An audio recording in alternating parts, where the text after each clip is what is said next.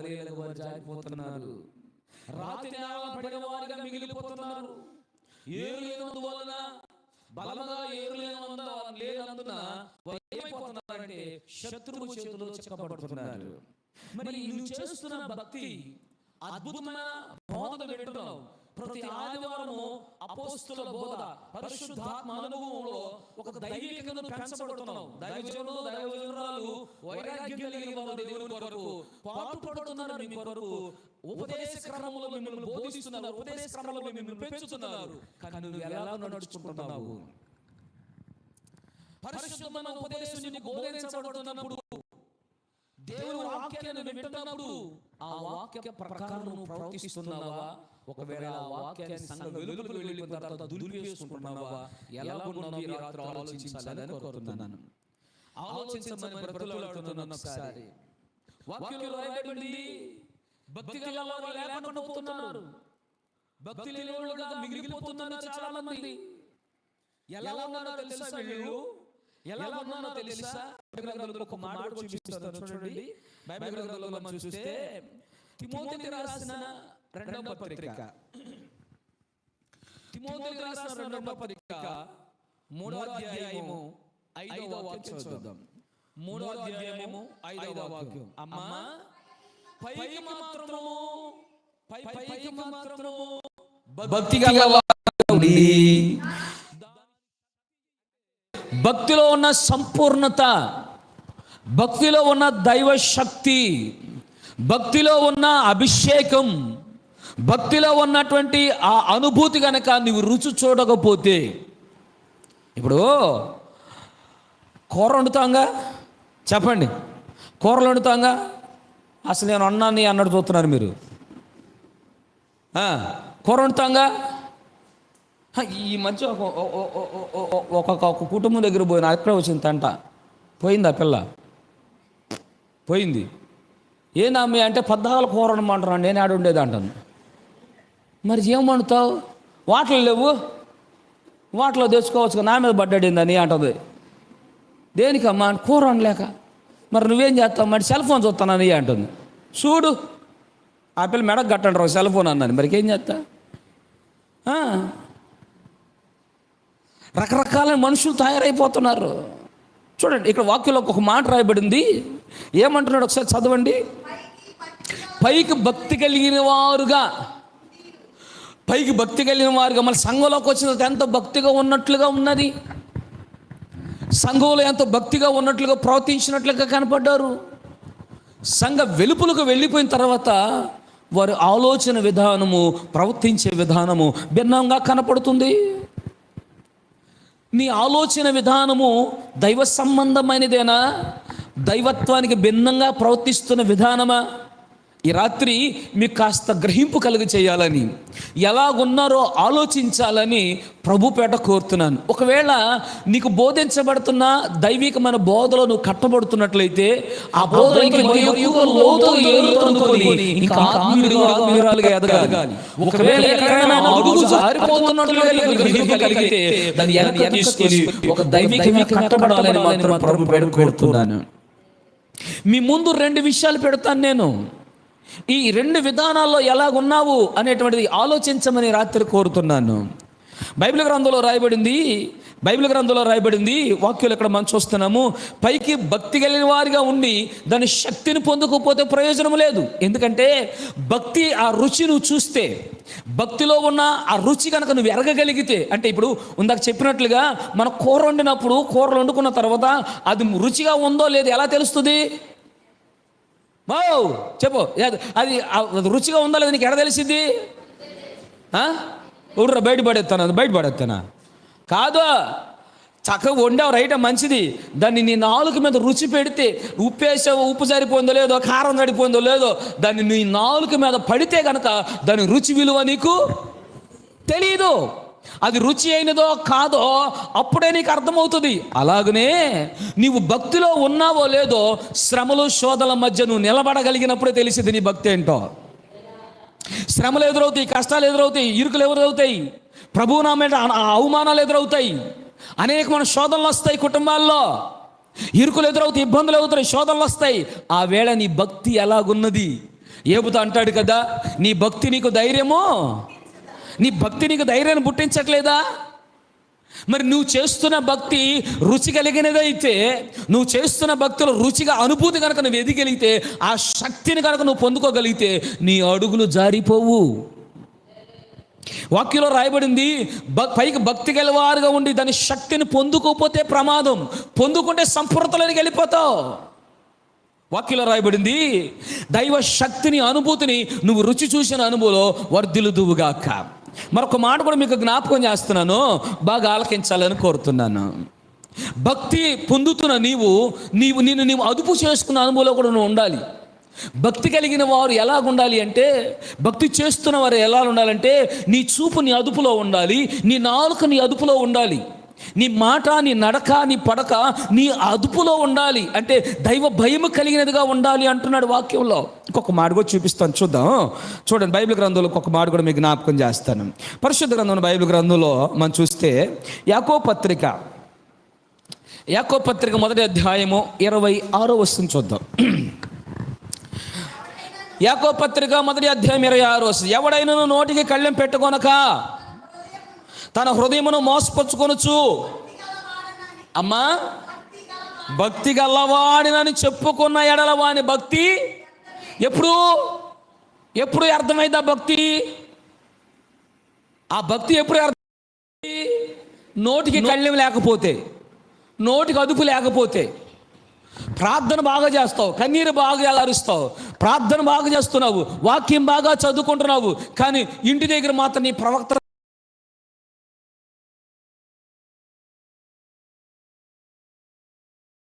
వేరే రకంగా ఉంటుంది, నీ మాట విధానం వేరే రకంగా ఉంటుంది, నీ ఇరుగు పొరుగు వారితో నీ ప్రవర్తించే విధానం వేరే రకంగా కనపడుతుంది. అక్కడ నీ భక్తి తేలిపోతుంది కదా, అక్కడ నీ భక్తి తేలిపోతుంది, అక్కడ నీ భక్తికి నష్టము వాటిల్లుతుంది. నోరు అదుపు లేకపోతే, నోటికి కళ్ళెం లేకపోతే, మాట్లాడే విధానానికి పరిశుద్ధత లేకపోతే, ఓ ప్రియుడా సహోదరి, వాక్యం పెట్టడం దైవజనాంగమా, నీ భక్తి వ్యర్థమైపోయే ప్రమాదం ఉంది, జాగ్రత్త. ఇక్కడ అంటున్నాడు యాకోబు భక్తుడు అంటాడు, ఏమంటున్నాడు? ఎవడైనానో నోటికి కళ్ళెం పెట్టుకొనక తన హృదయాన్ని మోసపరుచుకొనుచు భక్తి గలవాడని చెప్పుకున్నాడలా వాని భక్తి వ్యర్థమైపోయింది. భక్తి కలిగిన వారి యొక్క విధానం చాలా అద్భుతంగా ఉంటుంది. రెండు విషయాలు మీకు జ్ఞాపకం చేస్తాను. భక్తి కలిగిన వారు ఎలాగ ప్రవర్తిస్తారు, భక్తి లేని వాళ్ళు ఎలాగ ప్రవర్తిస్తారు, ఈ రెండు విషయాలు మీరు మనసును పెట్టాలి. నాతో కలిసి మాట చెప్పండి. భక్తి కలిగిన వారు ఎంత హుషారు చెబుతున్నారు, మధ్యరాత్రి ఏం గోల అనమాకండి, మరి తప్పదు. చెప్పండి. భక్తి కలిగిన వారు, ఇంకో పాయింట్ పెంచండి. భక్తి కలిగిన వారు, ఏం భక్తి కలిగిన వాళ్ళు? నువ్వు చెప్పలేదుగా అంటారా? చెప్తున్నాను. భక్తి కలిగిన వారు ఎలా ప్రవర్తిస్తారు? వెనకమాల వాళ్ళు చెప్పండి అమ్మా. భక్తి కలిగిన వాళ్ళు ఎలా ప్రవర్తిస్తారు? అందరు కలిసి చెప్పండి. భక్తి కలిగిన వాళ్ళు ఎలా ప్రవర్తిస్తారు? భక్తి లేని వాళ్ళు ఎలా ప్రవర్తిస్తారు? మరి అది చెప్పడానికి నేను వచ్చింది. వాళ్ళు ఎలా ప్రవర్తిస్తారు? భక్తి కలిగిన వాళ్ళు ఎలా ఉంటారు, భక్తి లేని వాళ్ళు ఎలా ఉంటారో లేఖనం చాలా స్పష్టంగా ఉంది. భక్తి కలిగిన వారి యొక్క ప్రవర్తన విధానం చాలా స్పష్టంగా ఉంది. కొన్ని విషయాలు మీకు జ్ఞాపకం చేస్తాను. భక్తి కలిగిన వారు ప్రవర్తించే విధానాన్ని గురించి వాక్యం తెలియజేస్తే ఇలాగ రాయబడింది. పిల్లరా రాసుకోండి, కొన్ని విషయాలు మీకు జ్ఞాపకం చేస్తాను. ఫస్ట్ పాయింట్ రాసుకోండి. భక్తి కలిగిన వారు ఎలాగ ప్రవర్తిస్తారు అంటే దేవుని వాక్యంలో ఇలాగ రాయబడింది. పిల్లరా వాక్య భాగంలో నుండి మాట మనం చూద్దాం. 32వ కీర్తన 6వ వచనం చదవండి. 32వ కీర్తన 6వ వచనం. 32వ కీర్తన 6వ వాక్యం.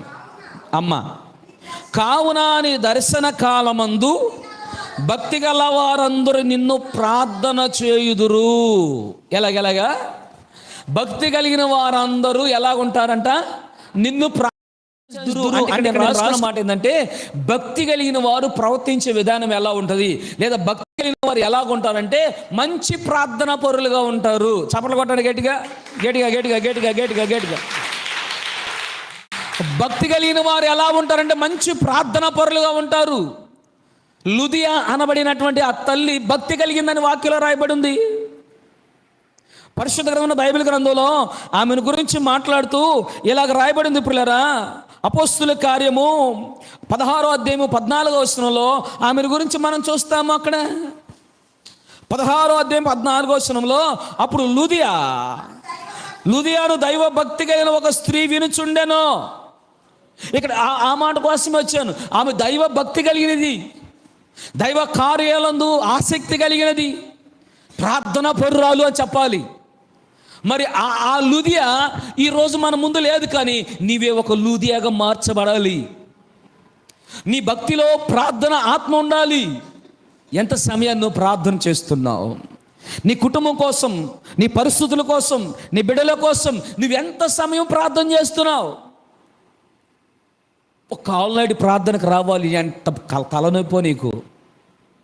ఆల్నైట్ ప్రార్థనకు రావాలి, ప్రార్థన చెయ్యాలి అంటే ఎంత బాధో. ఎన్నింటి ముగిస్తారంట? ఎవరంట వచ్చేది? మోసాన్ని. ఆయన వస్తే చూడు, ఇక ఉందే ఉందే ఏముంది, ఇంక ఇప్పుడే ఆడేది. నేను రాను లేపు, నేను రాను. పొద్దున్న మిరగాయలోకి పోవాలి, ఆటో వాడు పెట్టాడంట. ఒక్కొక్కరికి 600, 450 అంట. అంతేనా? నీకు బాగా తెలిసి, ఎందుకు తెలీదు? నేను రానులే, పో నువ్వు బాయ్, ఊరుకో. భలే చూస్తారంట, బాగా భలే ఉండదు, పాటలు పాడతారు, బెమ్మాను రా, నీకెందుకు అంటే, సార్ నువ్వు బా, ముందు నువ్వు బా, వెనకమాల తప్ప. నువ్వు అవును ముందు పంపిస్తాను, వీటికన్నా నిద్రపోతావు. కేతే నువ్వు చేసేది పట్టుమని 10 నిమిషాలు ప్రార్థన చేయడానికి నీలో రోషం రావట్లేదు. ఇందాక దైవజనుడు చెప్పాడే, శత్రువు చాప కింద నీరులాగా వాడి పని వాడు చేసుకుంటూ వెళ్ళిపోతున్నాడు. ప్రతిరోజు నీ మీద వాడు విజయాన్ని సాధిస్తున్నాడు. మనకు ఒక ఆత్మీయ రోషం రావాలి. ఎవరైనా ఒక చిన్న మాట అంటే గుంజుకుంటావు. అలా ఉపకారం నేను తింటున్నానా, వాళ్ళ మోచేతి నీళ్ళు ఏమో తాగుతున్నానా, నన్ను అనాల్సిన అవసరం ఏంది అని ఎగబడతావే. మరి శత్రువు చాప కింద నీరులాగా వాడు పని చేసుకుంటూ నీ ఆత్మీయతను, నీ పరిశుద్ధతను దొంగిలించడానికి సమసిద్ధపడుతున్న వేళ, ఓ ఆత్మీయుడా, ఓ దైవ భయం కలిగిన సహోదరుడా, సహోదరి, ఏది నీ ఆత్మీయ రోషం? ఎక్కడ నీ ప్రార్థనాత్మ? ఏది నీ ప్రార్థన బలం? ఎక్కడా? బైబిల్ గ్రంథంలో రాయబడింది, భక్తి పరులు ప్రార్థన పరులుగా ఉంటారంట. భక్తి కలిగిన వారు మంచి ప్రార్థన పరులుగా ఉంటారు. ఆ భక్తి కలిగిన వారు ప్రార్థన చేస్తే పరలోకమే వాళ్ళ మధ్యకి దిగి వచ్చింది. పిల్లరా, ఏలియా భక్తి కలిగిన వాడు, ఎలీషా భక్తి కలిగిన వాడు ప్రార్థన చేస్తే పరిశుద్ధాత్ముడు వారి మధ్యకి దిగి వచ్చాడు. భక్తి కలిగిన వారు ప్రార్థన చేస్తే ప్రభు వారి ప్రార్థన దాటిపోలేదు, విన్నాడు. వారు అడిగినవన్నీ కూడా ప్రభు చేశాడు. ఈ రాత్రి భక్తి కలిగిన అనుభవం కనుక నువ్వు ఉంటే, నువ్వు ప్రార్థన చేస్తావుంటే, నీ దేవుడు నీ ప్రార్థన ఆలకించి నీ కార్యాలన్నీ సఫలపరుస్తాడు. ఆయన వాక్యంలో రాయబడింది, భక్తి కలిగిన వాడు మంచి ప్రార్థన పరుడుగా ఉంటాడు. ఇంకొక మాట కూడా మీకు చెప్పాలి. ఎవరెవరు భక్తి కలిగిన వారు అంటే, ఇంటి వారందరూ భక్తిగా ఉండాలి. నేను ఒక్కడుంటే సరిపోలేదు, నా భర్త ఉంటే సరిపోలేదు, నా భార్య ఉంటే సరిపోలేదు. ఇంటి వారందరూ భక్తిలోనికి రావాలి. ఇంటి వారందరూ భక్తిలోనికి రావాలి అంటే, భక్తిలో మొదట అడుగు పెట్టిన నీవు, పాదం మోపిన నీవు, ఆ పరిశుద్ధాత్మ శక్తి నింపబడి ప్రార్థన మంట కలిగి ఉంటే, నీ శాఖని ఇంటికి తగిలి నీ ఇంటి వారందరూ రక్షించబడతారు. స్తోత్రం చెప్పండి గట్టిగా, హల్లెలూయా. ఇప్పుడు ఒక మాట మనం, అది దుఃఖకరమైన మాటే. ఈ మధ్య ఎక్కడో ఇటీవల మధ్య జరిగింది tipper lorry daily bus, AC bus తగలబడిందని ఏదో ఊర్లో విన్నాం కదా. జస్ట్ అది ఢీకొనటం వలన అది మంట రేగి దానిలో ఉన్న వాళ్ళందరూ తగలబడ్డారని. అది దుఃఖకరమైన వార్తే. కానీ ఒక మాట చెప్తాను. ఆ విషయం నేను అన్నప్పుడు నాకు దాన్ని ఆధ్యాత్మికమైన కోణంలో ఆలోచన చేస్తే నాకు అర్థమైంది ఏంటంటే, ఒక బండిని ఇలా తాగితే మంట పుట్టింది కదా, మరి దేవుని వాక్యాన్ని ఆ అగ్ని, పరిశుద్ధాత్మ అనే మంట, పరిశుద్ధాత్మ అగ్నిని నేను మోకరించి ఆ మంటను తాకినప్పుడు నా గుండె ఎందుకు మండట్లా? అమ్మాయి దారిలో వాళ్ళకి మండింది, మరి నాకెందుకు మండట్లేదు? ఎక్కడో నా భక్తిలో లోపం కనపడుతుంది. ఇంకా నేను సరిచేయబడవలసిన అనుభవంలో ఉన్నాను, ఇంకా సరిదిద్దబడవలసిన అనుభవంలో ఉన్నాను. కనుక నేను నాలో చాలినంత మంట లేదు. సరైన అనుభవం నాలో ఇంకా రాలేదు, ఆ సంపూర్ణత నాలో కలగలేదు, దాని కొరకు వేగిర పడుతున్నాను, దాని కొరకు ఆరాటపడుతున్నాను.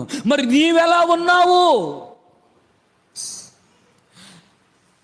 వాక్యం వింటున్న ప్రియుడా, ప్రార్థిస్తున్న సహోదరి, ఈ రాత్రి నీవు ఎలాంటి అనుభవం ఉన్నావు? ఎలాంటి అనుభవం నీ భక్తిని కట్టుకుంటున్నావు? వాక్య భాగంలో ఇక్కడ మనం చూస్తే అపోస్తలుల కార్యం 10వ అధ్యాయంలో మనందరికి తెలిసిన విషయమేది. అపోస్తలుల కార్యం 10వ అధ్యాయంలో కొర్నేలి తన ఇంటి వారందరితో కూడా చెప్పండి ఎలాగున్నాడంట? ఇక్కడ చదువుతారా? మాట చదువుతారా? బైబిల్ గ్రంథంలో మనం చూస్తే ఇలాగ రాయబడిన మాట మనం చూస్తాం. 10వ అధ్యాయం మొదటి వచనంలో మాట మనం చూద్దాం. అమ్మ చదవండి. ఇటలీ పటాలమనబడిన పటాలముల శతాధిపతిన కొర్నేలి అని ఒక భక్తిపరుడు. మనకు కావాల్సిన ఒకే ఒక మాట, భక్తిపరురాలు. ఈ భక్తిపరురాలు ఎలాంటి వారు అంటే వాళ్ళు ప్రార్థించారు. వారు తమ కుటుంబం కోసం ప్రార్థన చేశారు, వారి బిడ్డల కోసం ప్రార్థన చేశారు. యోబు అనబడిన భక్తుడు భక్తి కలిగిన వాడు.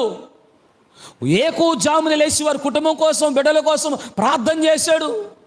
ఎక్కడ దేవునికి తప్పిపోతారేమో, ఎక్కడ దైవత్వానికి దూరం అయిపోతారో, ఎక్కడ కీడు తెచ్చుకుంటారని అరుణోదయమే లెగిచి వారి కోసం కన్నీరు కార్చాడు. నీ కుటుంబం కోసమో ప్రార్థన చేసిన అనుభవం నీకున్నదా? ఒకవేళ నువ్వు ప్రార్థన చేస్తుంటే ఇంకా సరైన మార్పు నీ కుటుంబంలో కనపడలేదా? నువ్వు ప్రార్థన చేస్తున్నావు, వాక్యం వింటున్నావు, ప్రార్థన చేస్తున్నావు, కానీ నీ కుటుంబ పరిస్థితులు ఇంకా మార్పు కానరావట్లేదా నీకు? ఇక్కడ ఒక మాట చెప్తా, బాగా ఆలకించండి. నీ కుటుంబంలో నువ్వు ఆశించిన మార్పు కానరాలేదంటే నీ ప్రార్థనకి ఇంకా చాలలేదు. ఆ కార్యము జరగాలి అంటే నీ ప్రార్థన స్థాయి పెరగాలి, నీ ప్రార్థన స్థితి పెరగాలి. బైబిల్ గ్రంథంలో రాయబడింది, లేచి రేయి మొదటి జామున మొరపెట్టుము, నీ పసిపిల్లల కోసం మొరపెట్టుము, కన్నీరు కార్చు, విరామము ఇమాక.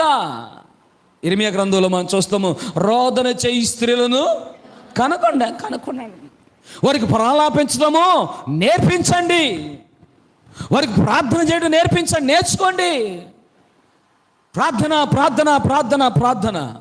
మన పాడబడుతుండగా, ప్రార్థన విన్నడే పావనుడా, ప్రార్థన మాకు నేర్పుమయా, ప్రార్థన విన్నడే పావనుడా, ప్రార్థన మాకు నేర్పుమయా.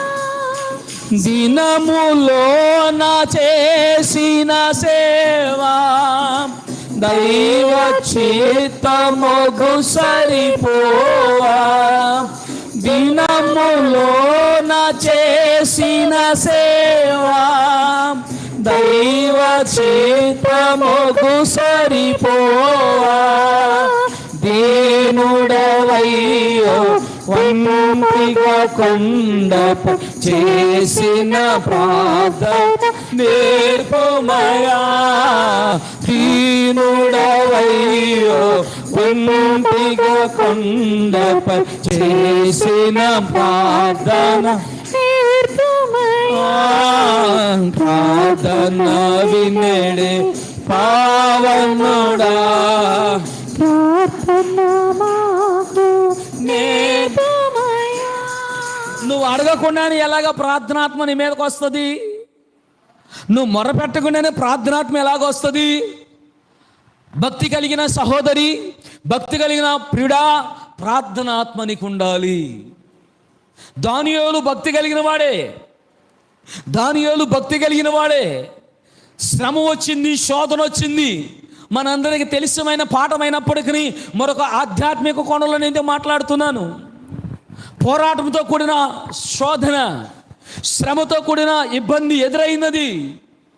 ఆ సింహాల గుహలో వేయబడినప్పటికీ, ఆ ప్రాంతంలో ఇబ్బంది పడుతున్నప్పటికీ అక్కడ ఒక మాట రాయబడింది, అతడు ప్రార్థనా పరుడు కనుక అతని గురించిన సాక్ష్యము అద్భుతంగా ఉన్నది. బైబిల్ గ్రంథంలో మనం చూస్తే ఇలాగ రాయబడిన మాట మనం చూస్తాం ప్రియులారా. 6వ అధ్యాయం 23వ వచనంలో మనం చూస్తే అక్కడ ఒక మాట మనం చూస్తాం. 6వ అధ్యాయం 23వ వచనంలో రాజు ఇందును గూర్చి అతి సంతోషభరితుడై దానియేలును గుహలో నుండి బయటకు తీయడని ఆజ్ఞనివ్వగా ఒంటరౌతులు దానియేలును బయటికి తీసిరి. చదువుతారు 6వ అధ్యాయం దానియేలు గ్రంథం. చదువు అమ్మా.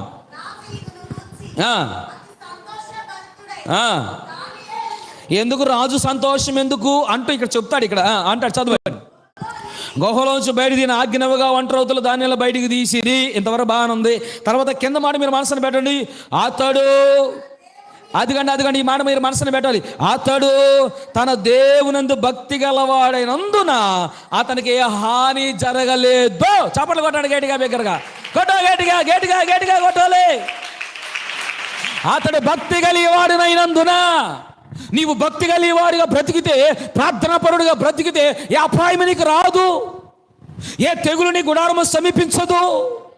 నీవు శోధించబడిన శ్రమల కొలిమిలో, ఇరుకుల ఇబ్బందులను నువ్వు శోధించబడిన సువర్ణంగా మారుతావు.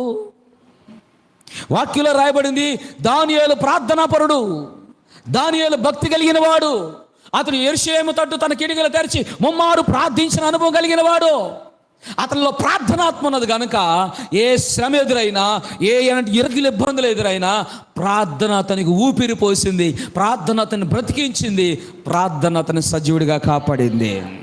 మరి నీ ప్రార్థన, ఈ భక్తి నీకు ధైర్యాన్ని పుట్టించాలి.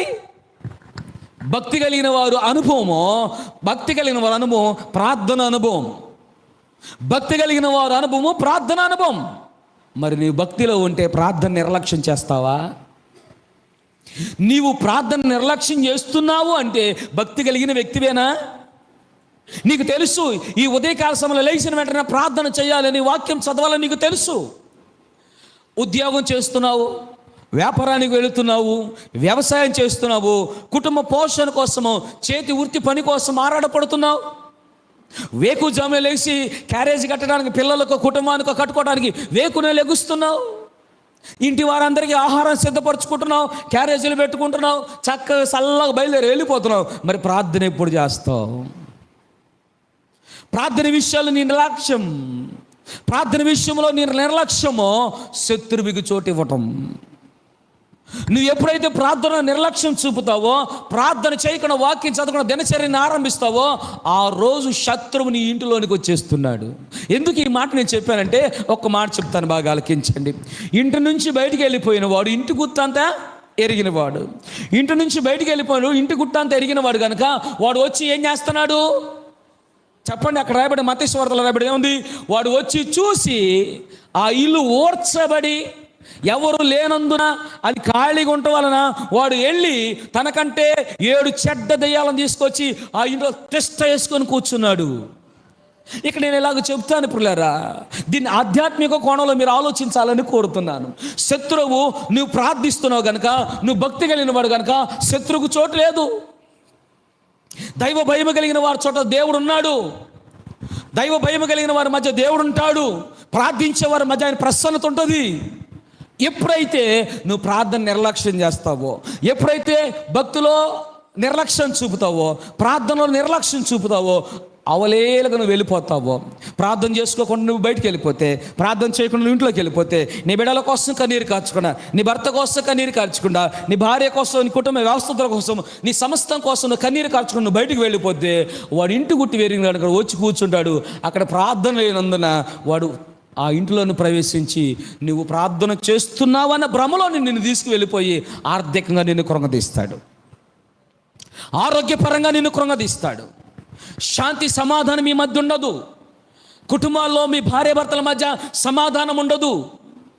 నలుగురిలో కనపడుతున్నప్పుడు, 10 మందిలో కనపడుతున్నప్పుడు మాత్రం 10 మందిలో మంచి కుటుంబము, ఆదర్శ దంపతులు అన్నట్లుగా కనపడతారు, మంచి కుటుంబము అన్నట్లుగా కనపడతారు. కానీ లోపల మాత్రము ఒకరికి సత్సంబంధాలు ఉండవు. ఒకరి పట్ల ఒకరు దేశం, అసూయ, పగ, ప్రేమ లేని స్వభావం కనపడుతుంది. కారణం ఎక్కడా? ప్రార్థిస్తున్నాము అనే భ్రమలో, భక్తిలో ఉన్నామనే భ్రమలో శత్రు వలలో చిక్కబడ్డారు కనుక శ్రమల కొలిమిలో కాల్చబడతారు. ఈ రాత్రి వాక్యం ఏంటన్నా, నీవు దైవ భక్తి కలిగిన వ్యక్తివే అయితే, దైవ భక్తి కలిగిన మనిషి అయితే ప్రార్థన ఎప్పుడూ నిర్లక్ష్యం చేయవు.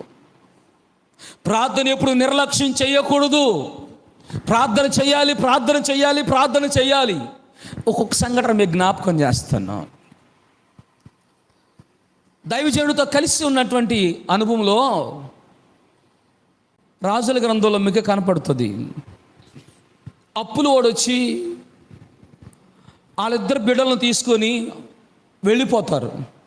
వెళ్ళాలి అని నేను సంసిద్ధపడుతున్న వేళ ఆమె ఆ దైవజనుడి దగ్గరికి వెళ్ళి ఒక మాట చెప్తుంది. ఏమని? అయ్యా, కుటుంబ పరిస్థితి చాలా ఇబ్బందిగా ఉంది. యజమానుడు లేడు, చనిపోయాడు.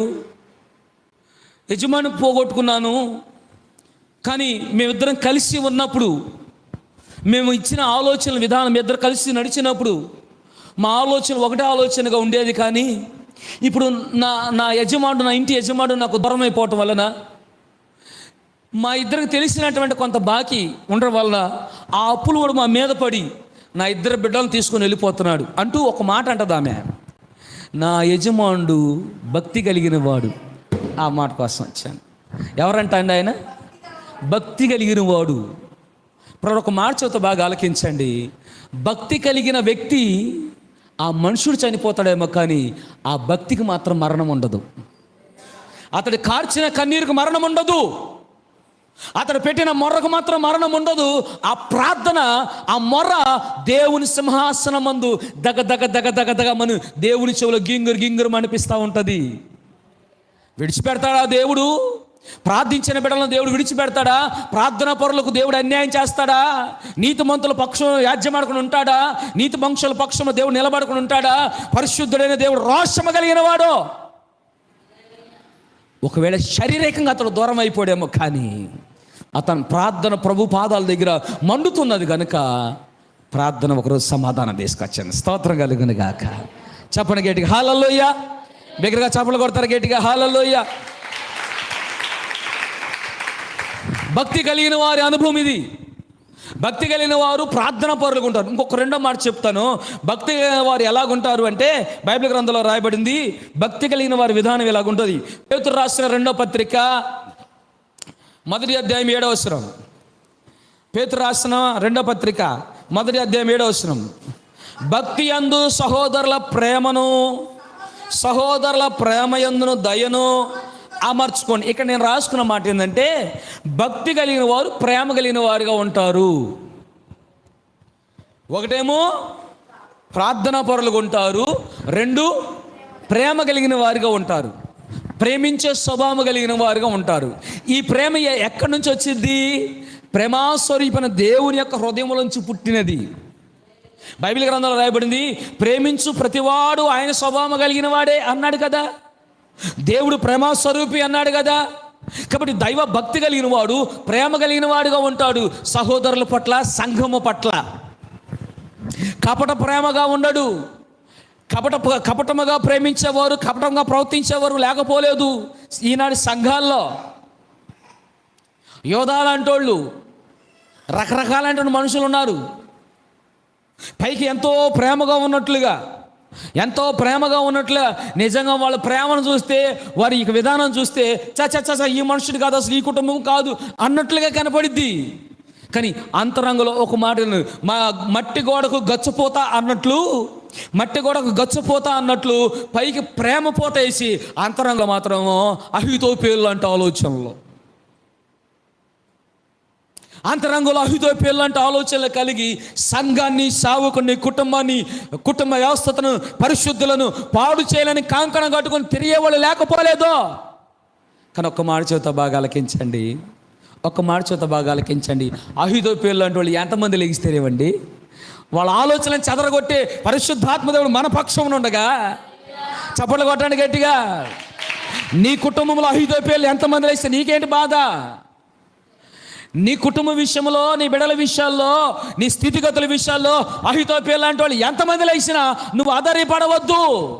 నీవు భక్తిలో స్థాపించబడ్డావు. భక్తి ఏరును తన్నుకొని బలమైన ప్రార్థనాపరుడుగా ఉన్నావు కనుక అహితోపేలు ఎంతమంది లేచినా దేవుడు నీ పక్షము నిలబడి సేనాధిపతిగా ఆయన పని చేయబోతున్నాడు. విజయోత్సాహంతో నేను ఊరేగించబోతున్నాడు. విజయ పదములోకి నువ్వు వెళ్ళబోతున్నావు. అంచెలంచెలంచెలంచెల వృద్ధి పొందుతావు. ప్రభువే నిన్న అనుభూతులోనికి నేను తీసుకువెళ్తాడు. కనుక ఇక్కడ వాక్య భాగంలో రాయబడింది, భక్తి కలిగిన వారు రెండో అనుభూతి ఏంటంటే ప్రేమ కలిగిన వారుగా ఉంటారు. కాబట్టి నీవు నేను మనము అట్టి ప్రేమను ధరించుకున్న వారమై ప్రేమాస్వరూపైన దేవుని కౌగిలో భద్రపరచబడుతూ ఆధ్యాత్మికంగా మనం ముందుకు సాగుదాముగాక. స్తోత్రం చెప్పండి, హల్లెలూయా.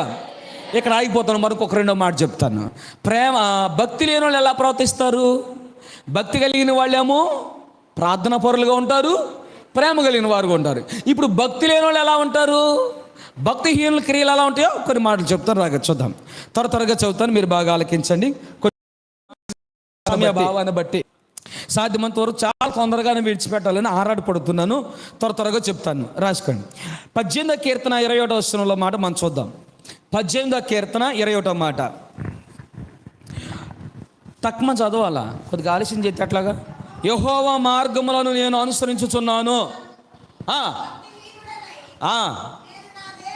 భక్తిహీనుడనై నేను నా దేవుడును విడిచిన వాడిని.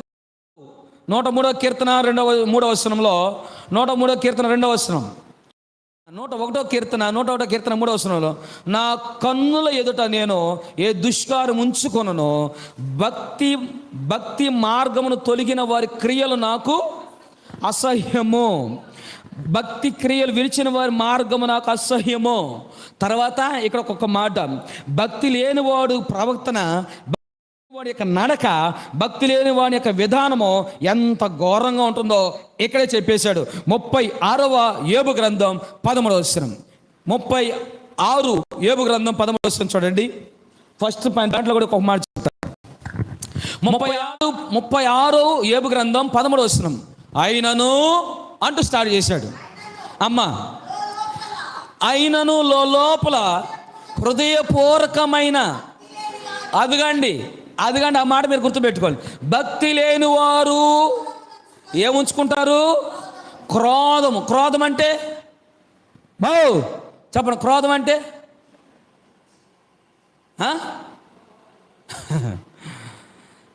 క్రోధం అంటే కోపం, అంతేనా? భక్తి లేని వాళ్ళకి ఏమొచ్చింది? మన అంటాం, ఏందయ్యా నాకు తుస్పిరం నుంచి తెగొస్తుంది నీ కోపం అను. ఊరుకో, దీనికి ఏం కొదులేదు, కోపడతాను, ముందుంటావు అంటారే. భక్తి లేకపోతే నీలో మొట్టమొదటి రేగేదేంటి? ఆవేశం. భక్తి లేని వాళ్ళు చేసే పనులు ఇవి. భక్తి లేని వాళ్ళ మాటలు ఇవి. భక్తి లేని పనులు ఎలాంటివే? ఒక నీతిమంతుని పొట్టన పెట్టుకున్నారు భక్తి లేని వాళ్ళు. ఒక పరిశుద్ధుని పొట్టన పెట్టుకున్నారు భక్తి లేని వాళ్ళు. భక్తి లేని వాని క్రియలు కోపంతో రగిలిపోయినాయి. దేవుని ప్రేమ గ్రహింపు రాక, దేవుని ప్రేమ అర్థం కాక, భక్తి లేని వారు క్రోధముతో, అసూయతో, కపటముతో ఎప్పుడు చంపుదునని యేసు ప్రభువు వారిని కూడా వెతికినట్లుగా ఒక నీతిమంతుని పొట్టన పెట్టుకున్నారు. భక్తి లేని క్రియలు చాలా ఘోరంగా ఉంటాయండి. ఈ మధ్య ఒకటి జరిగింది, ఒక సంగతి చెప్తానండి మీకు. ఆ అబ్బాయి సున్నం పనికి వెళ్ళి వస్తాడంట. మా ఊరు దగ్గరే. మా ఊరు అంటే మాది కొలకల్లూరు, దుగ్గిరాల, ఆ తర్వాత వచ్చే ఊరే సిలువూరు తర్వాత మంగళగిరి. ఇది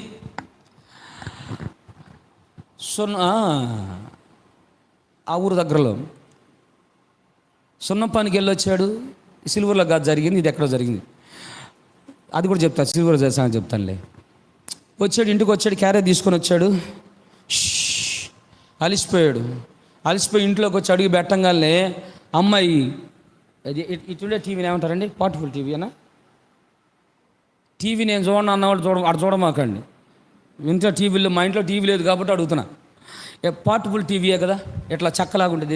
అదే ఆ పోర్టబుల్ టీవీ పెట్టుకొని, సౌండ్ పెట్టుకొని కుర్చీలో కూర్చొని ధ్వని పుట్టేస్తుంది అమ్మ బేసులో. ఏంటది? దేవుని పాటలు కాదు, సీరియల్. ధ్వని పుట్టేస్తుంది. సినిమాలు సీరియల్ చూసి ఏరవిహారం చేస్తుంది. వీడేమో ఎండకెండి వానకు దడిసి అలిసిపోయి వచ్చి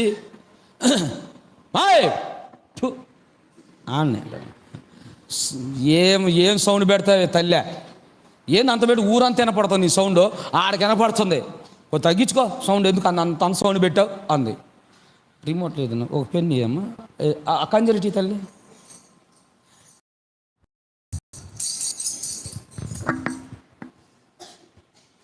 ఏంది ఏంది ఏంది నువ్వు అందే? నేనే అవును, ఒక సౌండ్ తగ్గించుకేంది ఆ రకం సౌండ్ పెట్టావు? నువ్వు పెట్టట్లా? వచ్చిన కాంచి పెడతావు అబ్బాయి, ఇక నన్ను అంటావేంటే? నేను నిన్నేం చూడడం లేదమ్మా. ఒక సౌండ్ తగ్గించుకో, ఒక సౌండ్ తగ్గించుకో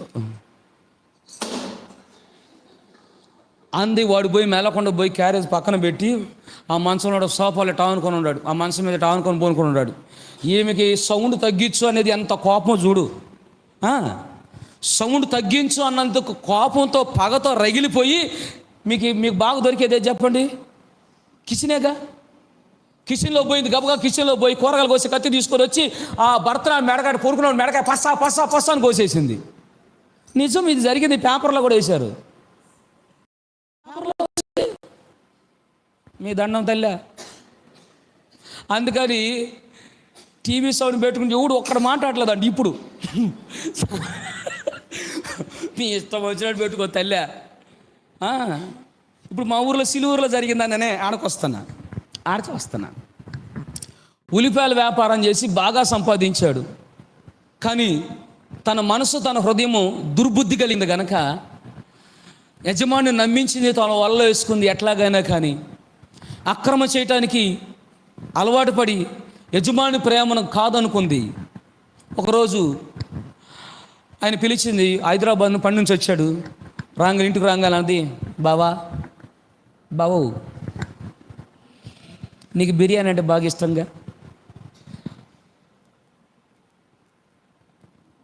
అక్కడ నుండి సెంటర్ని ఏమంటారు చెప్పండి ఒకసారి? అక్కడే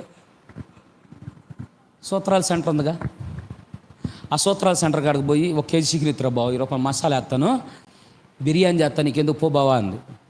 పాపం ఊరు నుంచి వచ్చాడు, ప్రేమగా వచ్చాడు అన్నట్టుగాని పోయి 1 కేజీ చికెన్ తెచ్చుకున్నాడు. చక్కగా సంతోషంతో భార్య బిడ్డలతో సంతోషంగా ఉండాలని అనుకున్నాడు.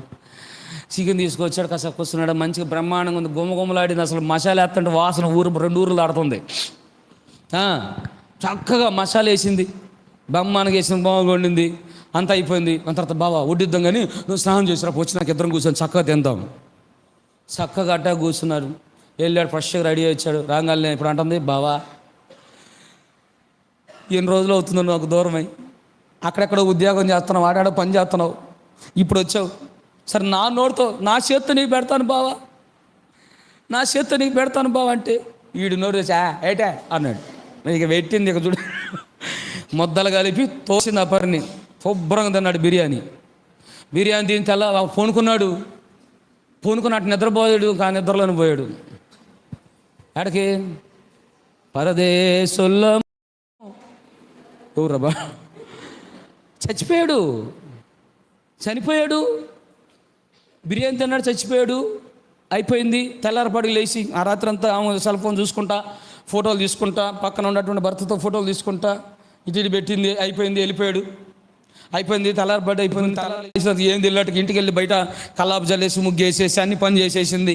తర్వాత వచ్చిన తర్వాత లేపుతుంది, బా లే టైం అవుతుంది, ఏం బిర్యానీ అంతా మాకు ఇచ్చింది అడిగులే అంటుంది. 4 వినపడే తట్టు. ఆయన లెగట్లేదు, ఉలగట్లేదు, పలగట్లేదు. ఉండి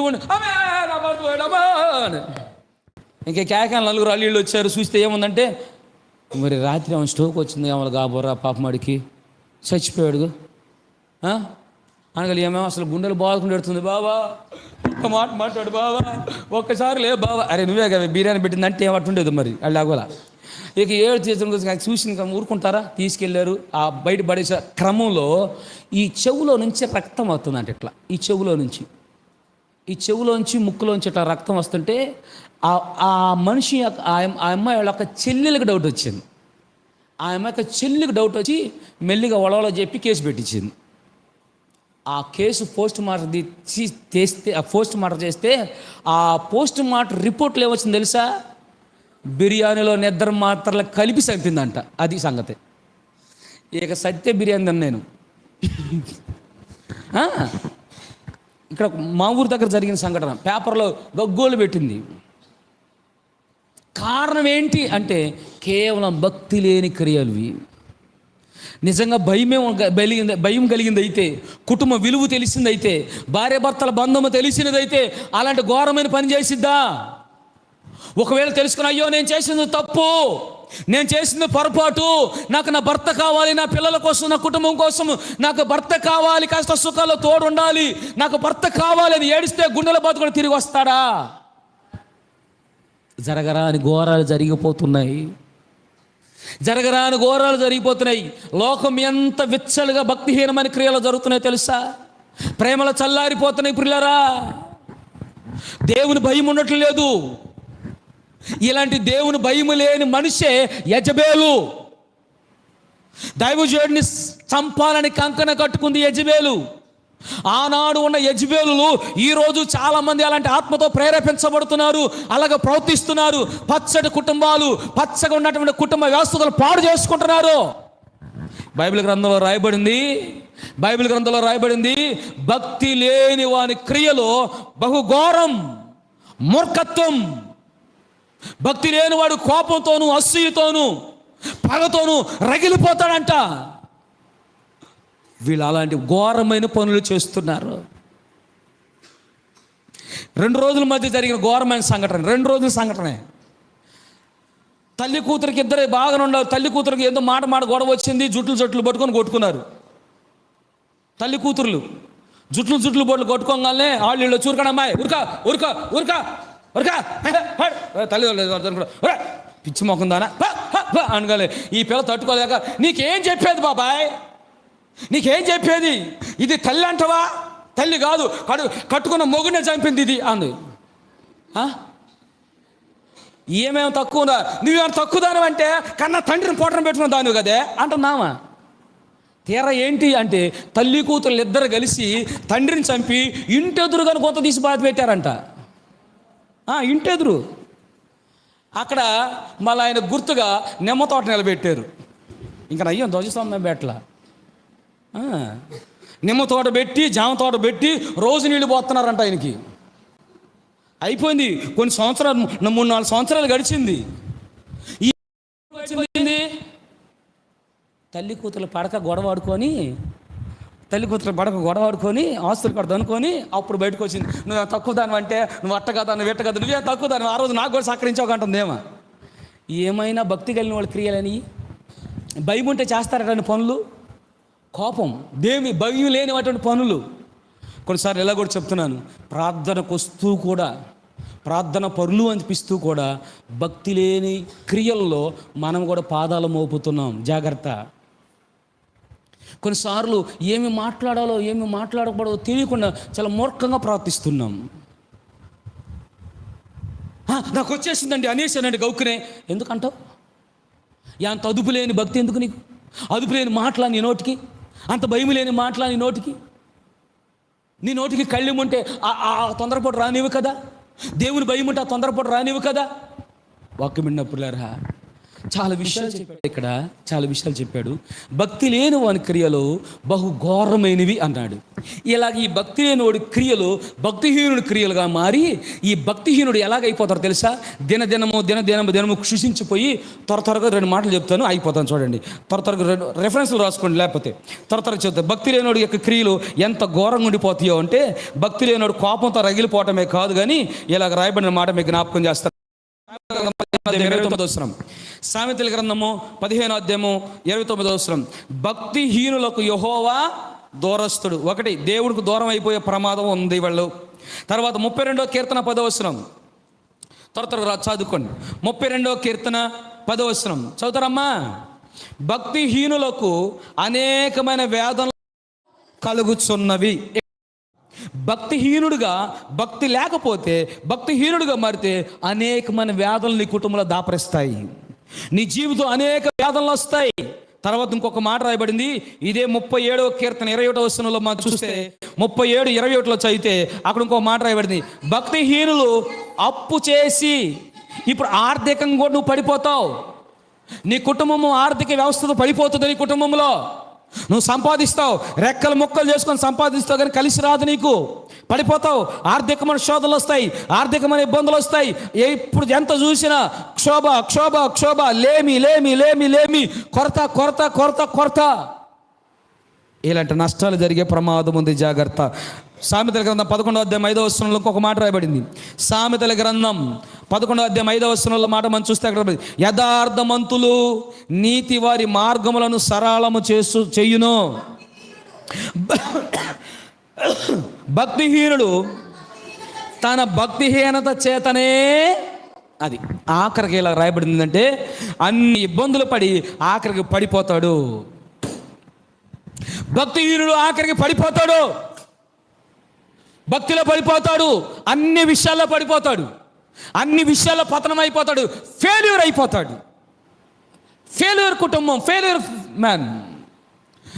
అన్ని విషయాల్లో కోల్పోయిన వ్యక్తులు అయిపోతావు, అన్ని విషయాల్లో నువ్వు బలహీనం అయిపోతావు, సమస్తాన్ని పోగొట్టుకొని ఆఖరికి దేవునికి దూరం అయిపోతావు. ఇక్కడ రాయబడిన మాట ఇంకొక మాట కూడా రాయబడిందంటే ఆఖరికి ఆ మనుషుడు ఏమైపోతాడంటే దేవునికి దూరస్తుడైపోతాడంట.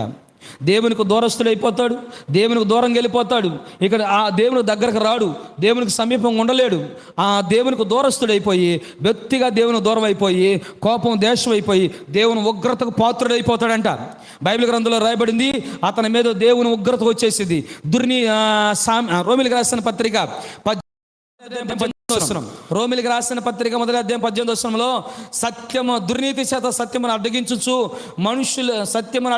మనుషుల యొక్క సమస్త భక్తిహీనత మీద దుర్నీతి మీద దేవుని కోపము పరలోకము నుండి.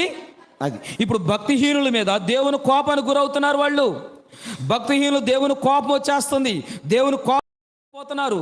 58వ కీర్తన 3వ వచనంలో 58వ కీర్తన 3వ వచనంలో ఇలాగ రాయబడింది, పిల్లరా, తల్లి కడుపున పుట్టినది మొదలుకొని భక్తిహీనులు విపరీతమైన బుద్ధి కలిగి ఉందరు, పుట్టుకతోనే వీళ్ళు అబద్ధాలు ఆడతారు.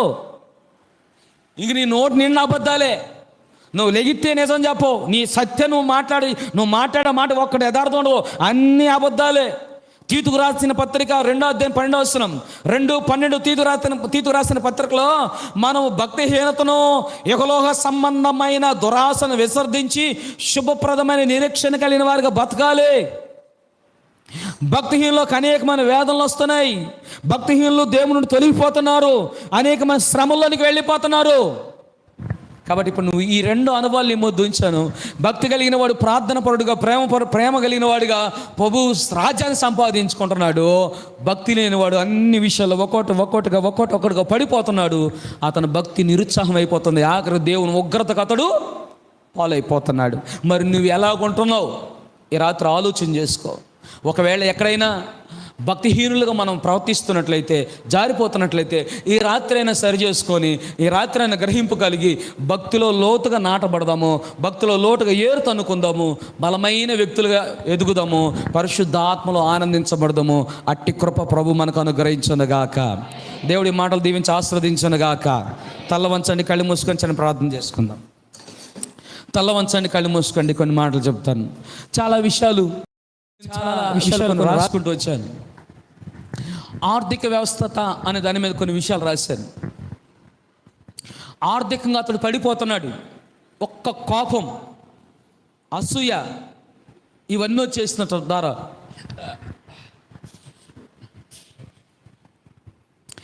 భక్తిహీనుడు విపరీతమైన బుద్ధి కలిగి కోపంతోనూ అసూయతోనూ ఈ వ్యవస్థనంతా పాడు చేసుకుంటున్నాడు. ఆఖరికి సామెతల గ్రంథం 14వ అధ్యాయం 2వ మాటలు, ఆ మొదటి మాటలో మాట గుర్తు వస్తుంది. మూర్ఖుడైపోతున్నాడు. మూర్ఖురాలు తన కుటుంబాన్ని పాడు చేసుకునేది. కొన్నిసార్లు భక్తి లేకే మూర్ఖంగా ప్రవర్తించి పచ్చడి సంసారాన్ని పాడు చేసుకుంటున్నావు.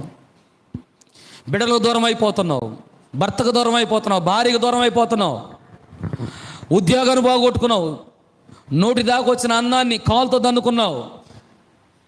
నీ భక్తిహీన క్రియలు నేను ఎంత పతనం చేసినా ఒకసారి ఆలోచన చేసుకో. నీ భక్తిహీన క్రియలు, నీ భక్తిహీనమైన పనులు, భయం లేని పనులు, ఎంత కోపం, ఎంత అసూయ, ఎంత కపటం నేను ఎంత నష్టపరిచినాయి. యేసు ప్రభువారిని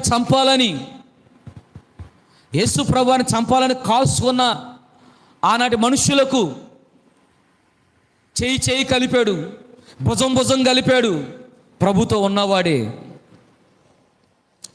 భక్తి పరునని చెప్పుకుంటూ ప్రభుతో నడిచిన వాడే, కానీ భక్తిహీనుడిగా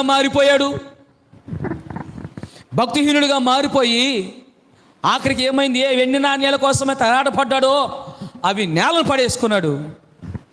సమాధానం కోల్పోయాడు, సంతోషం కోల్పోయింది, నెమ్మది లేదు, సమాధానం లేదు. ఆఖరి ఊరి పెట్టుకొని చావాల్సిన పరిస్థితి వచ్చింది. అయ్యో, భక్తిహీనమైన క్రియలు ఎంత ఘోరంగా ఉండేయో చూడండి. భక్తిహీనుడు ఎంత ఘోరంగా మారిపోతున్నాడో చూడండి. భక్తి కలిగిన వాడు ప్రేమ కలిగిన వాడుగా ఉంటున్నాడు. భక్తి కలిగిన వాడు ప్రార్థన పరుడుగా ఉంటున్నాడు. ఆ ప్రార్థన పరుడు, ఆ ప్రేమ కలిగిన వాడు ఎక్కడ అడుగు పెట్టినా పరిమళ సువాసనగా అతను మారాడు. ఈ 2 విషయాలు మీ ముందు ఉంచాను ఈ రాత్రి. ఎలాగనో ఉన్నాయి. ఒకసారి నిన్ను ఆలోచన చేసుకో, నిన్ను నువ్వు పరిశీలన చేసుకో. ఒకవేళ ఎక్కడైనా భక్తిహీనమైన క్రియలు మనలో కనపడుతుంటే సరిదిద్దుకుందాం. ఇది మిక్కిలి అనుకూల సమయం. నేడే రక్షణ దినం. ఇది అనుకూల సమయం, ఇది అంతము కాదు, ఇది అనుకూల సమయం. మార్పు చెందటానికి సరైన వేదిక ఇది. మార్పు చెందటానికి సరైన వేదిక, పరిశుద్ధతలో లోతని ఏరు తన్నుకోవటానికి సరైన వేదిక. ఇది దేవుడు కోరుకున్న స్థానము.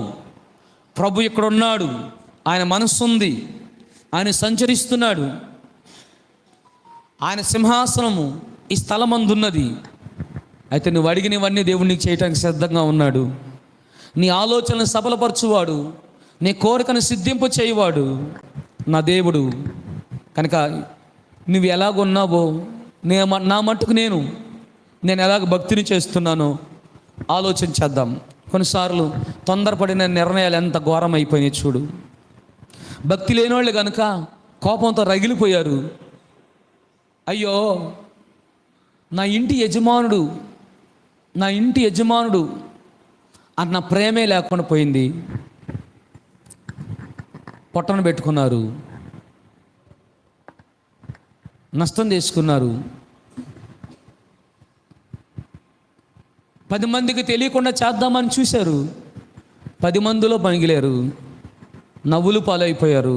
చిచ్చి, ఏం బ్రతుకురా ఈ బ్రతుకు. 10 మంది వస్తున్నారు. ఇప్పుడు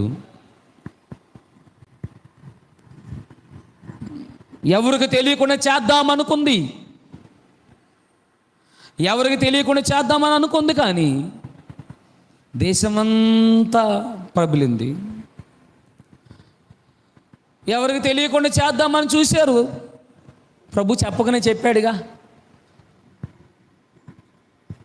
నువ్వు రహస్యంగా చేసేది, రహస్యంగా చెయ్యాలనుకున్నది మిద్దెల మీద వినపడిద్ది అన్నాడుగా. నీ అతిక్రమము, నీ పాపం పండిన రోజు ప్రతిఫలం అంత ఘోరంగా ఉంటుంది. ఒకవేళ దైవం కలిగిన వాడివైతే, భక్తి కలిగిన వాడు ప్రార్థన చేస్తాడు. ఇంకా ఆ అధ్యాయంలో మనం చదువుకుంటే, కొన్ని విషయాల్లో చదువుకుంటూ వస్తే అతను కోరిక సిద్ధింపజేస్తాడంట. భక్తి కలిగిన వాడి కోరిక, భక్తి ఆశించిన వాడికి దొరికిద్ది అన్నాడు. భక్తి కలిగిన వారు ఏది అడిగినా అది వారి దేవుడు అనుగ్రహిస్తాడు అని రాయబడి ఉంది. కనుక నువ్వు భక్తిలో ఉంటే దేవుడు నీకు ఏదైనా ఇస్తాడు. భక్తిహీనుడుగా ఉంటే కోల్పోతావు. పౌలు గారు చెప్పాడు, మేమెంత భక్తిగా నడిచామో దేవుడు సాక్షి, మీరు కూడా సాక్షి. కాబట్టి దేవుడు నిన్ను చూస్తున్నాడనే భయం, దేవుని ఎదుట నడుస్తున్నావు అనే భయం, దేవుని ఎదుట ఉన్నాము అనే భయం, ఒకరోజు దేవుడు నీ మీద సాక్షాన పలకపోతున్నాడనే గ్రహింపు కలిగి నీ పాదములు ముందుకు సాగాలని ప్రభువుపేట కోరుకుంటూ నువ్వు చేసే చిన్న ప్రార్థన నీ ఆధ్యాత్మిక జీవితంలో అద్భుతాన్ని, ఆశ్చర్యాన్ని జరిగించిందని నమ్ముతున్నాను. ప్రార్థన చేసుకుందాం. ప్రార్థనలో ఏకీభవించండి, ప్రార్థన చేసుకుందాం. ప్రేమ కలిగిన తండ్రి, పరిశుద్ధుడైన యేసు ప్రభువా, నీకు వందనాలయ్యా.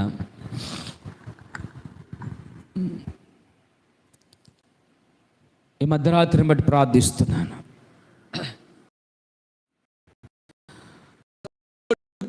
భక్తి కలిగిన వారు,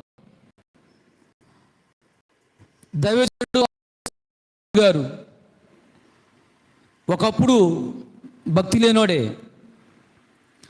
భక్తి లేనోడు సంఘాన్ని పాడు చేశాడు, దేవుని ప్రజలను హింసించాడు. కానీ నీ చేత దర్శించబడిన తర్వాత, నీ ముఖ దర్శనాన్ని పొందున మీదట, ఇదిగో ప్రభువా, నీ కొరకు, నీ రాజ్య స్థాపన కొరకు తన ప్రాణాన్ని ఎంత మాత్రం ప్రేమగా ఎంచుకొనలేదు. పాటుపడిన వ్యవసాయకుడు అయ్యాడు. దశలోనికి సంఘంతో మాట్లాడుతూ, ఆ సంఘాన్ని, సంఘ బిడ్డలతో మాట్లాడుతూ, మేము ఎంత భక్తిగా నడిచాము, ఎంత నీతిగా నడిచాము, ఎంత అనిందముగా బ్రతికాము మీకు తెలుసు కదా, దీనికి మీరే కదా సాక్షి, మీకంటే ముందు దేవుడు కూడా దీనికి సాక్షి అంటూ ఆ మాటను జ్ఞాపకం చేసుకుంటూ, నాయనా, ఈ రాత్రి ఈ స్థలంలో చేరొచ్చిన బిడ్డలెల్లరూ మరి ఏ అనుభవంలో కట్టబడుతున్నారో వారికి వారి గ్రహింపు కలిగి ఆత్మలో వర్ధిల్లినట్లు కృపద ఇచ్చేయండి. ఇదిగో తండ్రి, నీ దాసుడు బావగారిని బట్టి, అక్కను బట్టి ప్రార్థిస్తూ, నీ పిలుపు, నీ ఏర్పాటును బట్టి ఈ ప్రాంతానికి మీరు తీసుకొచ్చారు.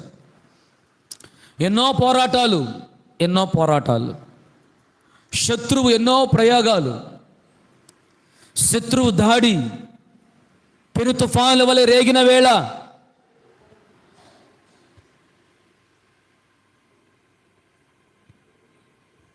కోరల చాచి విషమ కక్కిన వేళ, ఇదిగో ప్రభువా, భక్తి కలిగిన వారు కనుక, ప్రేమ కలిగిన వారు కనుక, నీ ఆత్మ అభిషేకాన్ని పొందుకున్నవారు కనుక నీ పరిశుద్ధమైన కౌగిల్లోనిగా చేర్చుకొని నానాటికి కృప చూపుతూ ఈ పరిచర్యను విజయ పదవిలో నడిపిస్తున్నారు. ఊరేగించబోతున్నందుకే స్తోత్రము. ఈ స్థలంలో వచ్చిన ప్రతి బిడ్డ కూడా ఒక మనుషుడి చేత ఆకర్షించబడిన వారు కాదు, ఎవరో వెళ్ళి పిలిస్తే వచ్చిన వారు కాదు, నీ ఆత్మ చేత ఆకర్షించబడిన వారు. నా తండ్రి వారిని ఆకర్షిస్తే తప్ప ఎవరు రారు. తండ్రి, మీరు ఆకర్షించి, మీరు ఏర్పరచుకొని ఇక్కడ సంపూర్ణులుగాను పరిశుద్ధులుగాను మలుచుటకు నీ ఏర్పాట్లోని బిడ్డలందరినీ ఇలాగ సమకూర్చినందుకే స్తోత్రాలు. హెచ్చరిక చేశారు, జాగ్రత్త అని చెప్పారు. మాకు ఒక గ్రహింపును కలిగజేసినందుకే స్తోత్రాలు. భక్తిలో ఇంకా లోతుగా ఏరుతన్నుకొని, ప్రేమలో ఏరుతన్నుకొని పరిమళ సువాసనగా మారినట్లు కృపద ఇచ్చేయండి. ఎక్కడైనా భక్తిహీనమైనటువంటి అడుగులు మాలో కనపడుతున్నట్లయితే, మా పాదములు భక్తిహీనతకు జారిపోతున్నట్లయితే, దయతో ఈ రాత్రి మీరు మాతో మాట్లాడి హెచ్చరించడం ద్వారా మా పాదములు వెనకకు లాగుకొనుటకు కృప దయచేయండి. ముందుకు పోయినా మా పాదములు వెనకకు లాగబడినట్లు తగిన కృప అనుగ్రహించండి. మీ ద్వారా మీరు మమ్మల్ని నడిపించండి, మీరు మాత్రమే మమ్మల్ని కట్టండి. ఒకరోజు మీరు వస్తారు, ఆ నిరీక్షణ మాకుంది. మీరు వచ్చిన వేళ ఈ భక్తిని, ఈ పరిశుద్ధతను మీ పాదాల దగ్గర పెట్టి పరిశుద్ధులతో కలిసి నీ కుడిపార్శ్వమందు కూర్చున్న ధన్యత భాగ్యాన్ని మాకు ప్రసాదించండి. అలాగే సంఘం అభిషేకించండి, సంఘ బిడ్డలను అలా మీరు బలపరచండి. క్రీస్తు యేసునందున మహిమలో ప్రతి అవసరతల ఒక్కళ్ళు మీరు తీర్చండి నాయన. ఆశీర్వదించమని, అభిషేకంతో నింపమని, మహిమ ఘనత ప్రభావాలు మీకు ఆరోపిస్తూ యేసు క్రీస్తు వారి యొక్క పరిశుద్ధమైన నామమున స్తుతించి ప్రార్థించి వేడుకుంటున్నాం తండ్రి. ఆమేన్. ఆమేన్.